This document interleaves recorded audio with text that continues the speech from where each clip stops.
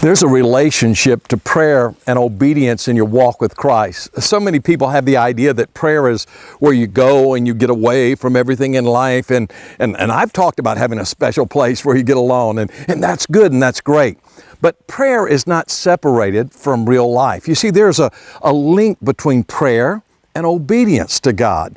Often there were monks who would separate themselves and go to places and spend time in prayer, and they would be separated from real life. But that's not what Jesus taught. You see, Jesus said that He did nothing on His own initiative. He said He did what He heard the Father say to do. And so the life of Jesus is really described by a life where Jesus went and He got away. Yes, he got alone. He got away from society and the world. He withdrew and He met with the Father. But then when the Father spoke to Him, He went back. He healed the sick. He raised the dead. He worked miracles. He loved people. He did things that no one else ever did. And you see, there was not a separation where He had a category called prayer and then He had a category called real life.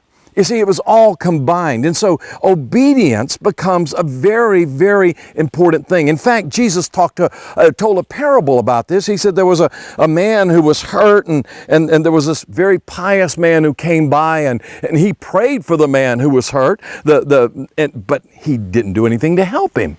And Jesus said, hey, that man missed out on what prayer is all about.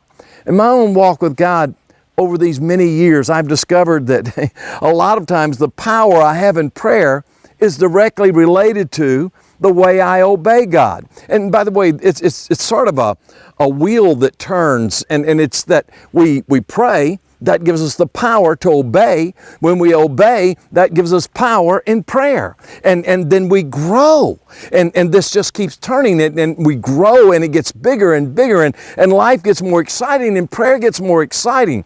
But there is this relationship between prayer and obedience, waiting on the Lord and doing the Lord's will. That's why Jesus told His disciples to wait in Jerusalem. But He didn't intend for them to wait in Jerusalem the rest of their lives. He told them to go and preach the gospel.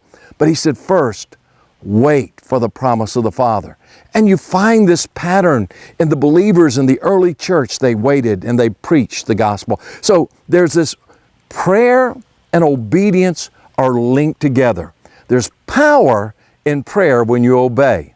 And there's power to obey when you pray. So find a place, get alone with God, meet with Him, and then leave that place to do His will.